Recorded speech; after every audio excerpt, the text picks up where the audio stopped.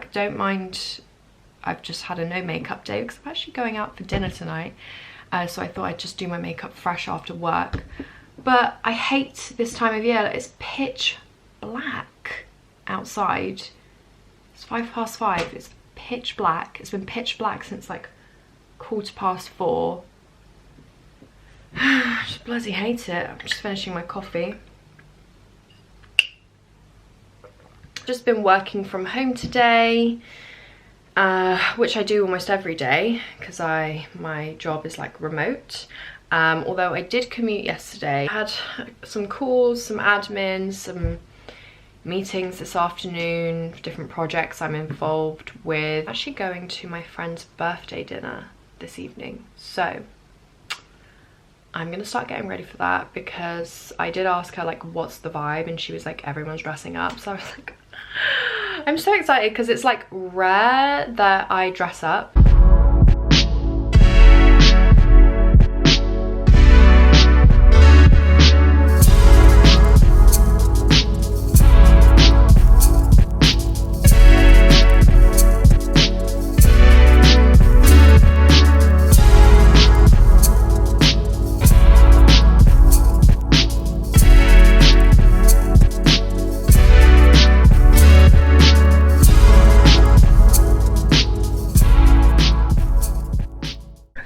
This is the makeup so far. It's not there yet, that's why it still looks crazy. I don't always, I mean when I make an effort with my makeup, which is once in a blue moon, I probably look like this nice maybe once a month. But I will bake like under my cheekbones whilst I do the rest of my makeup, and it just helps like, you know, define the cheekbones. And then I stopped doing liquid liner like literally 2 years ago. I just use a black eyeshadow, mascara. Eyes I keep pretty matte, but I put a bit of sparkle on the inner corners. And I think I'm gonna put some lashes on, but like just outer corner lashes. Mascara is crucial. I feel like when I don't curl my lashes and put on mascara, you wouldn't think I have long lashes. Like my lashes are pretty straight, but as soon as I put like mascara on them and I curl them, I'm like, whoa, where did they come from? I feel like they're deceptively long.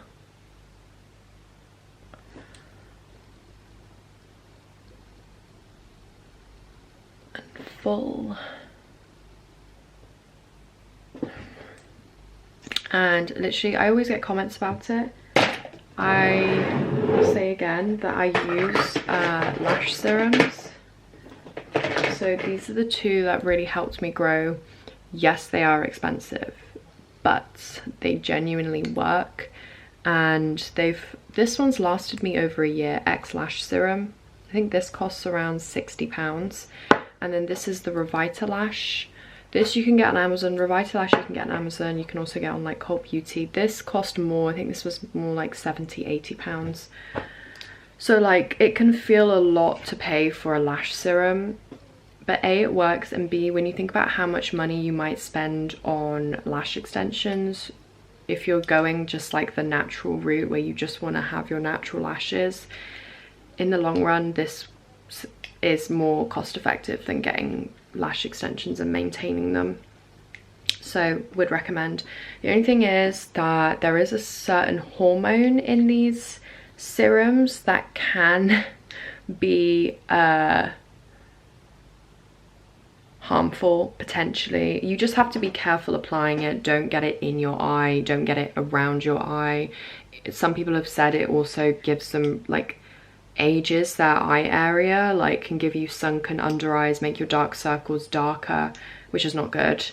So try at your own risk, and also be careful when applying it. So I'm very careful to literally just apply it to the lash line, and I haven't had any of those negative effects, but just a warning.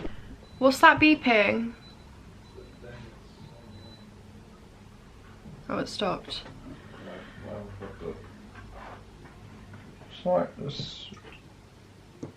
Wait, let me see. Let me feel it. Down in the hole. It's not a lot. No. It's the dehumidifier we've got. How long has it been working for? Maybe a few hours. Maybe that over time though, does it make your room less humid? Maybe it's because you've been using it continuously. I mean, yeah, that's the point. It makes your room less humid. So it's working. Yeah. Okay guys, I'm just doing my hair. A little hack for if you want the blowout look but you don't want to do a blowout. Because the thing is with doing a blowout is it's like time sensitive. Like you have to style your hair then and there after you've washed it. Whereas this morning I didn't have time after the gym, before work. Like I had like 45 minutes to wash my hair. That wasn't going to be enough time to wash my hair, do my skincare, get set up for work, like do a blowout, use the rollers, like no. So I just like dried my hair and left it. So what you can do is just straighten your hair as you normally would, and I always kind of like curve it in.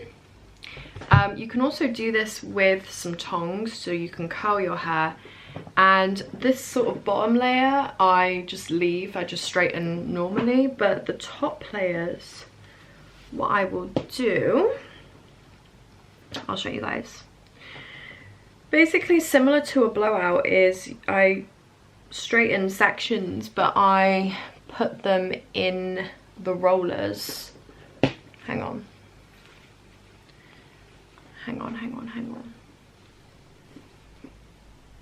Do the back section.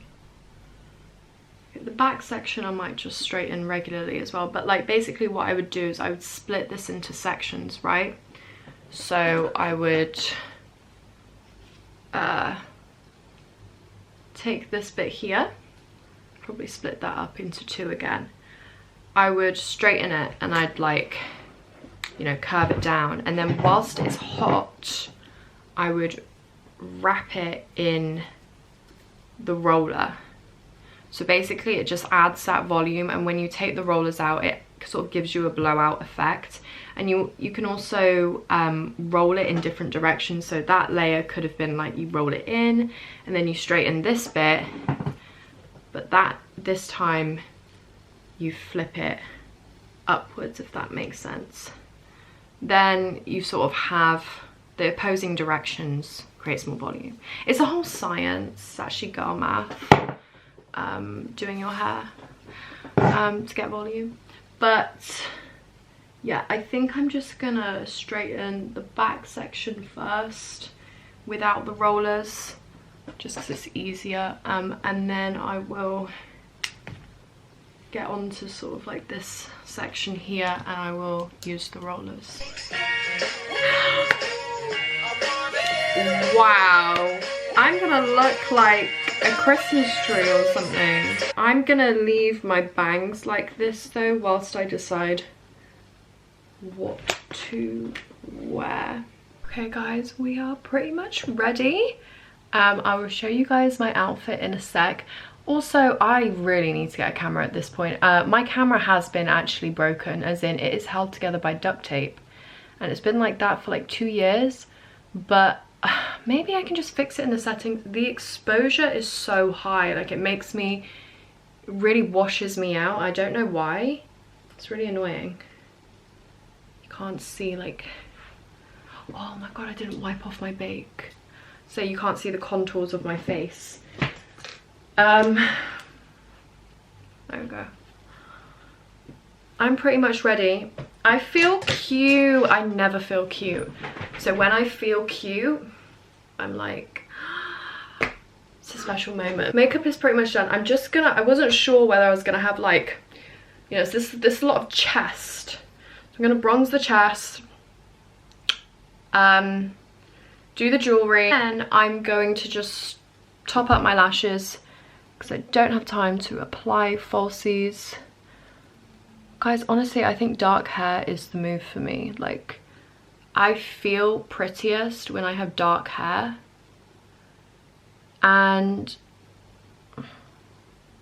this is darker than my natural colour. My natural colour is like a more medium brown. Probably what this will wash out to be in like 2 months. But I feel like dark hair, I feel prettiest with dark hair because I feel like I look more like my mummy, you know, with dark, because she has dark hair. I curled that too much. Why am I going into colour again? But yeah, I feel like, I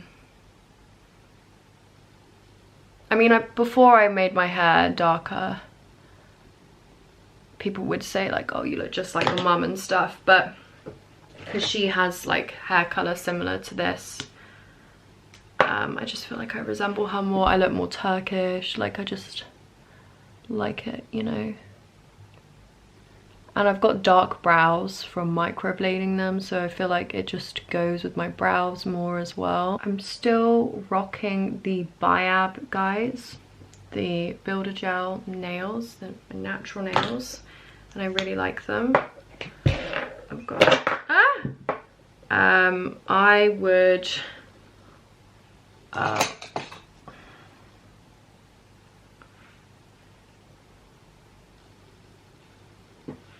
I would not go back to acrylics unless for some reason, like for an occasion, I wanted like super long extra nails with some like extra design on it, like it was my birthday or something.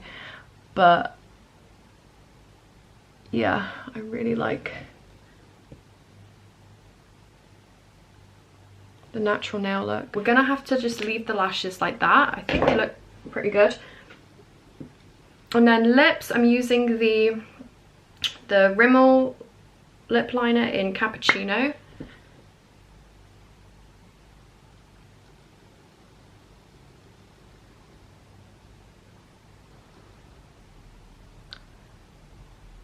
Oh my god, this camera is pissing me off. Like, why do I look like a ghost? You can't see my beautiful pink blush? Like, it's annoying me.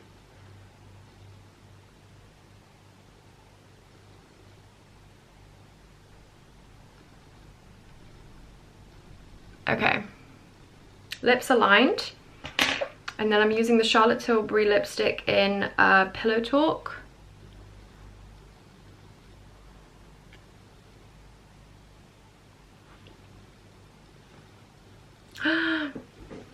I feel like that looks so pretty. You can't even, again, this camera, you can't even really see the colour. And then a bit of this over the top. I still haven't got my lip filler, guys. Like 9 months ago, I was really debating getting it for the first time, and I still haven't, and I'm coming back to like really wanting just a mill, you know, just my lips but plumper, but I still haven't done it. My mum would actually kill me. She's like, don't ruin your lips. Don't fix what ain't broke. And I do like my lips, but it's like... Anyways, let's not get into this. Oh, I forgot to... Let's just do jewellery and then we can order our Uber. So these earrings that I'm wearing at the moment are Ana Luisa, of course. Of course, you guys know that I have been working with Ana Luisa, and pretty much all my jewelry at this point is Ana Luisa. I've been working for them for like over a year now, so I've built a pretty good... Oh fuck, this is gonna break my nails. I've built a pretty good collection of jewelry from them. Yeah, I'm not gonna risk breaking my nails. So these are going back in, but these are Ana Luisa, and I love these earrings. They're perfect like day to night because they're like, I don't know if you can see that.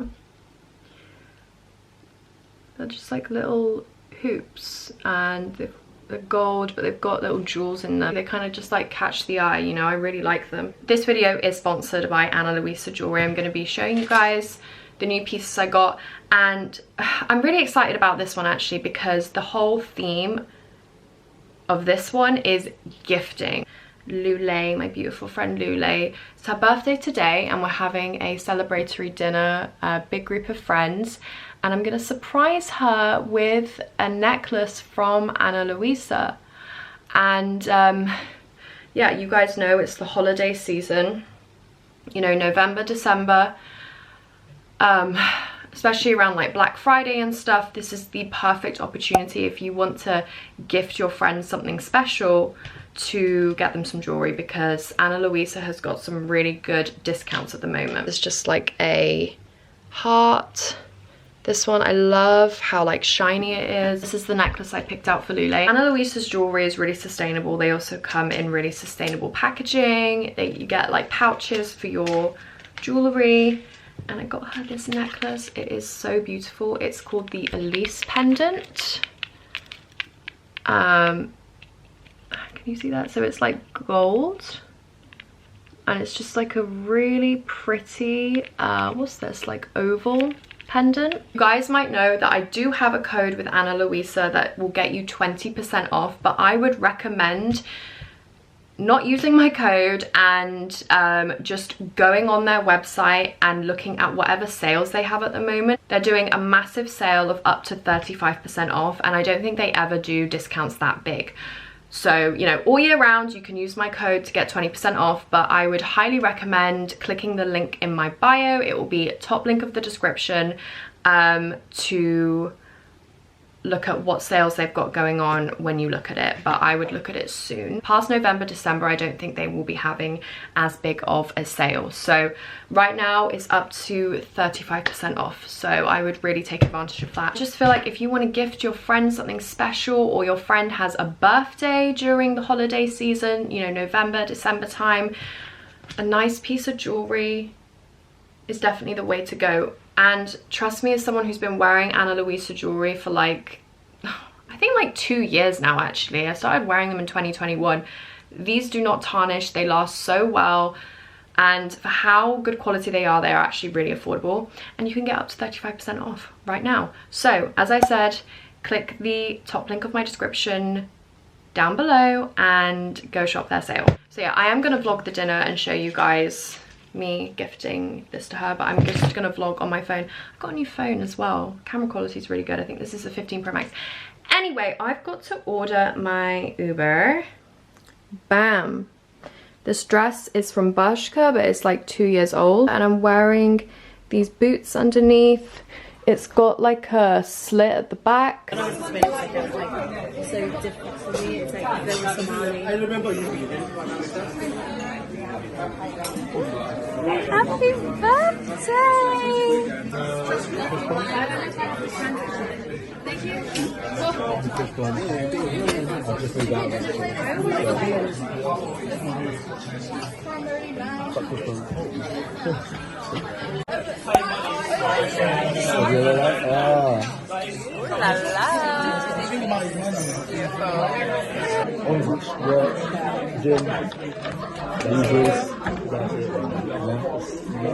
Thank you. I wish I did. I wish I started saying.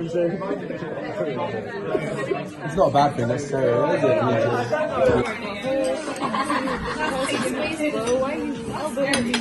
What do you want to do in my others? Happy birthday to you. Happy birthday, dear Lule. Happy birthday to you.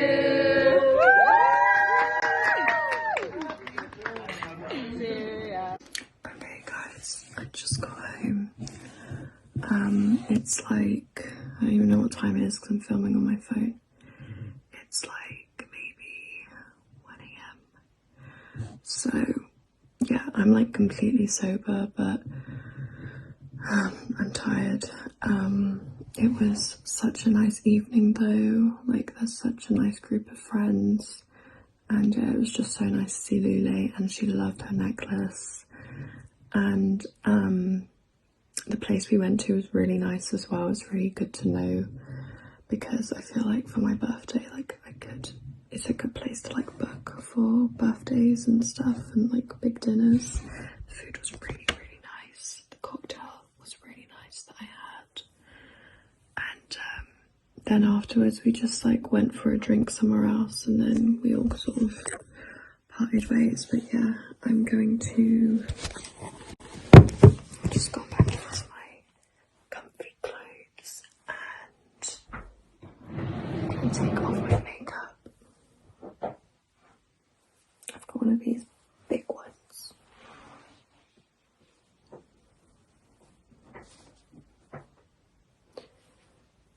So I didn't realise how like vibrant, my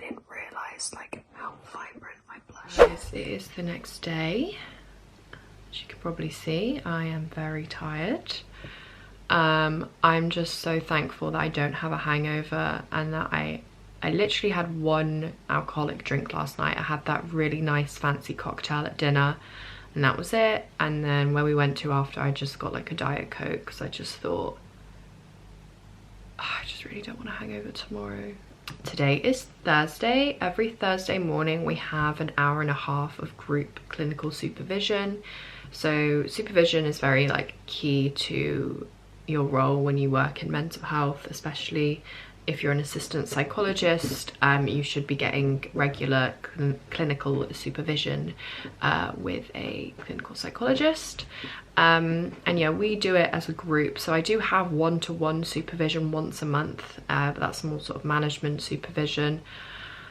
Clinical supervision we do as a group, but we are a very small team, so usually there's, you know, only a handful of us in the meeting, so it does feel quite it doesn't feel like a massive group. And yeah, it's just a chance to discuss specific cases and think together about the assessment, the formulation, think about the personal impacts that call might have had. And yeah, it's a really good space to have every week. Last night was really nice. I've been like not socializing at all recently because of my application, and obviously we had a bereavement in the family. It was just like such a horrible time, and it still is in a lot of ways, you know, for us as a family. But now the application is done, I feel a lot less stress. So yeah, it was nice to go out last night and just like be sociable again, and you know, feel a bit more myself. I guess my main reflection this week has just been like, this is the first week that I haven't had to think about the doctorate application, because I've submitted it on Sunday night, and the deadline was actually yesterday, Wednesday the 22nd. And just how great it feels to be able to truly switch off after work. You know, I feel like you kind of get into a rut and you can take that for granted. And even so, like, I'm not trying to say that our evenings are enough time to always be relaxing and what we need it to be. You know, I don't think there is. It's hard to have a work-life balance when it is unbalanced by definition, when you're working 5 days a week and you get 2 days off. But I think, you know, having that application in, it's sort of, it just feels so nice to log off at 5 p.m.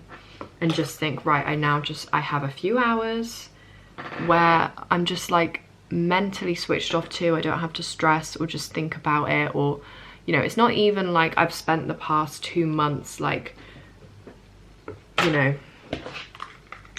working tirelessly after every evening, because I haven't. But it's also like, it's the guilt and just like mentally knowing that you've got something to be doing, submitting, like it's that hanging over you, that guilt that you feel, the pressure that you feel to, you know, work on it.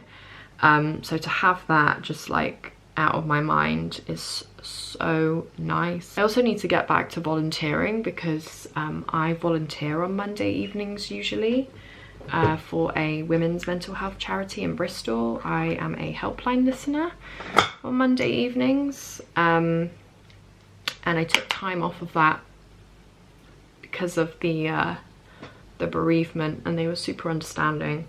And that Monday just gone was my last week off, because yeah, it was just like still quite fresh from the funeral. The funeral was only last Friday. Oh my god, I cannot believe that. And I was just like exhausted, you know, by Monday, because like I'd submitted my application the night before, dealing with the grief. The funeral was only on Friday, so like the weekend was awful. Like we were all just so tired and emotional still from the funeral on Friday. So I was just like, yeah, I do need tonight off as well, and they've been super understanding. So I am actually going back next Monday. I feel like I'm ready for it, and it's something I enjoy doing, so I don't want to take time off of it unnecessarily. And the longer you take, you know, sometimes that time is needed, but like when you take longer than necessary off because you're just sort of out of avoidance rather than like, you know, what's in your best interest, it's even harder to go back to something, you know. And that's the thing with anxiety and avoidance, is that avoidance just feeds into that cycle, and it is like a maladaptive behavior. So, you know, I don't want to fall into, then I'll just like dread going back. I'll feel out of practice, I'll feel anxious to go back, whereas I feel like I've taken, you know, genuinely just the time I needed off. It's just been awful. The grief and it's hard to, you know, describe it, but the heartbreak in the family, the atmosphere, you know, in the house, you know. And it's also like seeing your other family members really distressed. It's like that secondhand distress is just like horrible. That feeling of helplessness with grief, because there's like, you know, nothing you can do.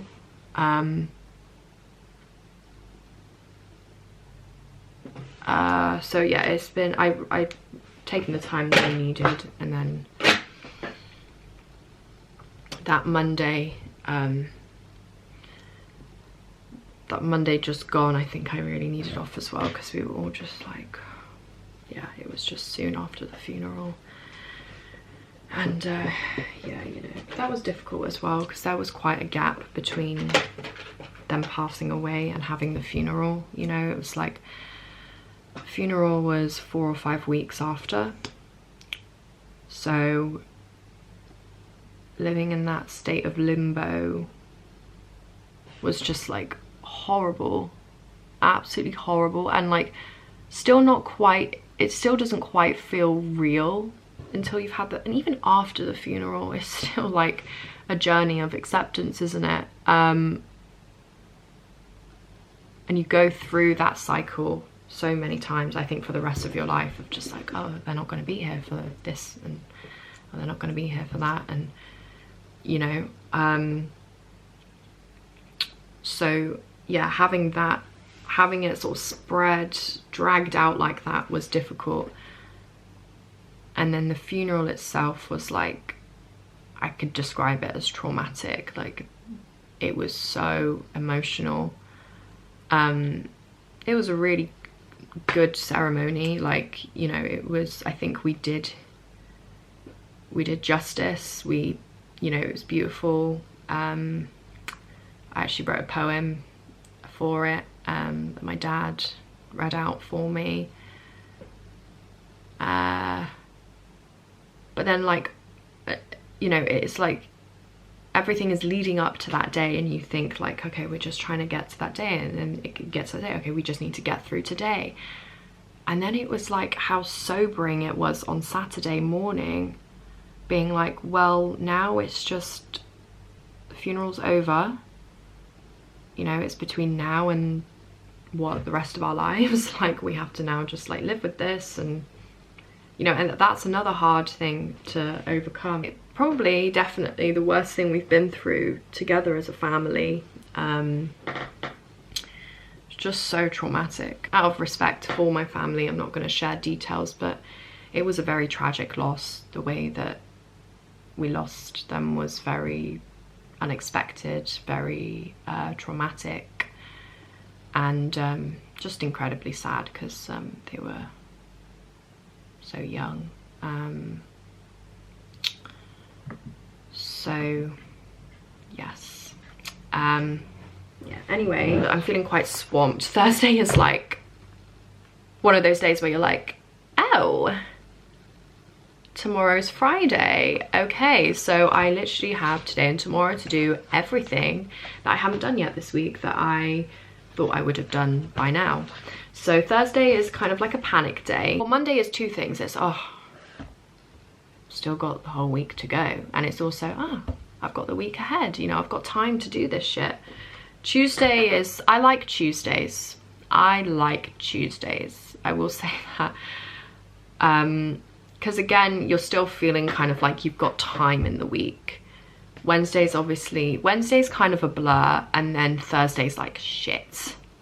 You know, today is that day where you're like, shit, I need to get my shit together. And then by Friday, for me personally, I'm like, I don't care anymore. I'm like, right, we're gonna move this to next week's to-do list. You know, this is next week's problem, you know, blah, blah, blah, because I'm just like getting into weekend mode by Friday. So yeah, I'm vlogging on that day where it's like, shit.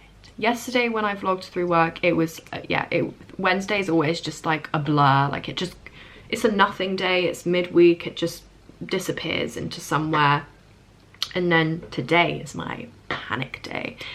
And it's kind of good because it gives me a kick up the arse. It's like, you know, get on with it today, Selina. Like, you have to be productive today. So before this supervision, I'm just gonna make an updated to-do list of what to do, what needs to get done today, what needs to get done tomorrow, what can be shifted to next week. See, this is where that mentality of what can we move to next week kicks in. Had our supervision, it's now the afternoon. We're gonna power through. I've got my updated to-do list. I've got a lot to do. I've got a lot of caller admin. I just actually had my lunch break and I popped down to the shops to get a Diet Coke for some energy. Think about what establishment has seen you at your worst. And I think for a lot of us, me included, it's the corner shop down the road. It's the shop down the road. Anyway, I look fine today, I mean, you know, but if anywhere has seen me at my roughest, it's that shop. But that shop has actually changed a few times, I think, since I've lived here. So I don't think, the staff don't know me, you know, it's, they haven't seen that side to me yet. But I think it used to be a McCall's, it's now something else. It might have been something else before it was a McCall's as well. But yeah,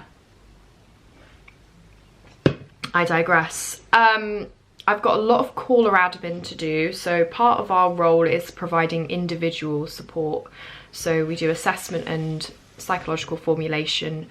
And our whole service is, I just like forget that this might be someone's first time ever watching my video. So I'm an assistant psychologist and I work in staff mental health and well-being. So I support other staff with their mental health and well-being. So it's really recognizing that, you know, in mental health and healthcare in general, we don't just support mental health staff, we support any health workers. So that includes doctors, admin staff who work in hospitals, admin staff who work in GP surgeries, down to, you know, housekeepers, you know, so it's non-clinical, clinical roles, but any role where you're working in healthcare, basically anyone who works in the NHS for the trust I work for is eligible for our support. And part of that is the individual offer.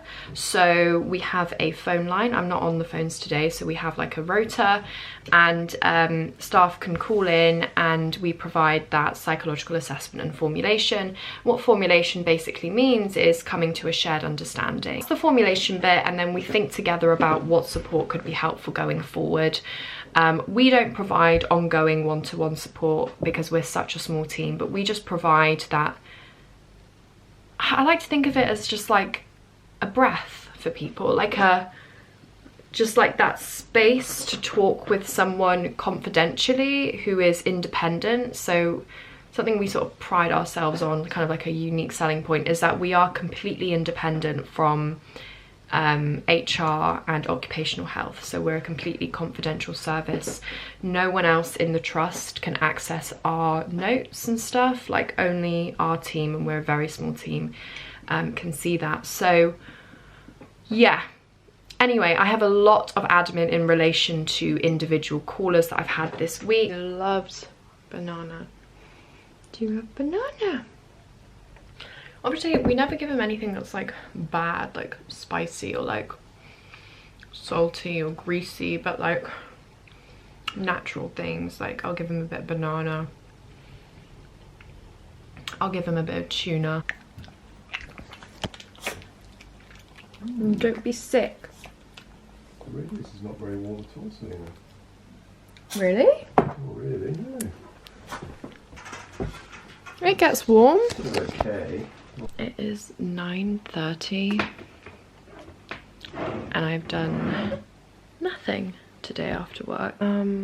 I literally had dinner at around 6 o'clock. I worked kind of late, which is naughty because my manager's, in a good way, she's really like, why are you still online past 5 o'clock? Like, you need to finish at 5, you know, which is kind of the opposite of the culture in work and in NHS, like that people work late and work through their breaks and whatever, but my manager's very like, you know, boundaried with it, which is good. But yeah, I worked till I think 5:40 and then I had dinner around 6:30. And then I had a half an hour nap and I just haven't been doing anything since, and it's suddenly 9:30. And you know, normalize just doing nothing after work. You know, it's not every day. Go out for dinner, go out for drinks, like, you know, be doing something when you finish work at 5 just for the sake of it. Like, you need evenings where you just do nothing and like you just get an early night, or like, you know, it's not unproductive, or it's not that you're doing nothing if you're resting. Like, resting is still productive. I'm just gonna go downstairs and have a protein shake just to sort of finish off the day and get my protein in, and then I'm just gonna start getting ready for bed. Okay guys, I've just brushed my teeth. I'm gonna show you a life-changing hack. So, you are someone who suffers with reoccurring tonsillitis or sore throats, throat infections like me, this is what you need. You're gonna need your mouthwash. I use this one, Listerine Total Care. You're gonna need 3% hydrogen peroxide, which is basically bleach, but it has to be 3% for it to be safe. You can get it off Amazon. And basically I've started, instead of just rinsing my mouth with mouthwash, I will do a third of mouthwash, about a third mouthwash, 1/3 hydrogen peroxide, and 1/3 water. That's important. Make sure you dilute it with water as well. After I take off my makeup, also I don't know what is wrong with my lips, or I keep biting. I've got this bad habit of like biting the skin off of my bottom lip, which is gross, but yeah, so got to keep applying lip balms. I'm ready for bed. I'm just gonna end this vlog here. Thank you guys for watching. Thank you guys also for sticking with me, you know, still watching, even if, you know, when life happens or if I'm not if I take a bit of a break from posting like I have over the past 6 weeks. Thank you guys for watching. I hope you guys have enjoyed. If you have, make sure to smash the thumbs up down below, subscribe down below if you haven't already, and I will see you guys in my next video. Bye.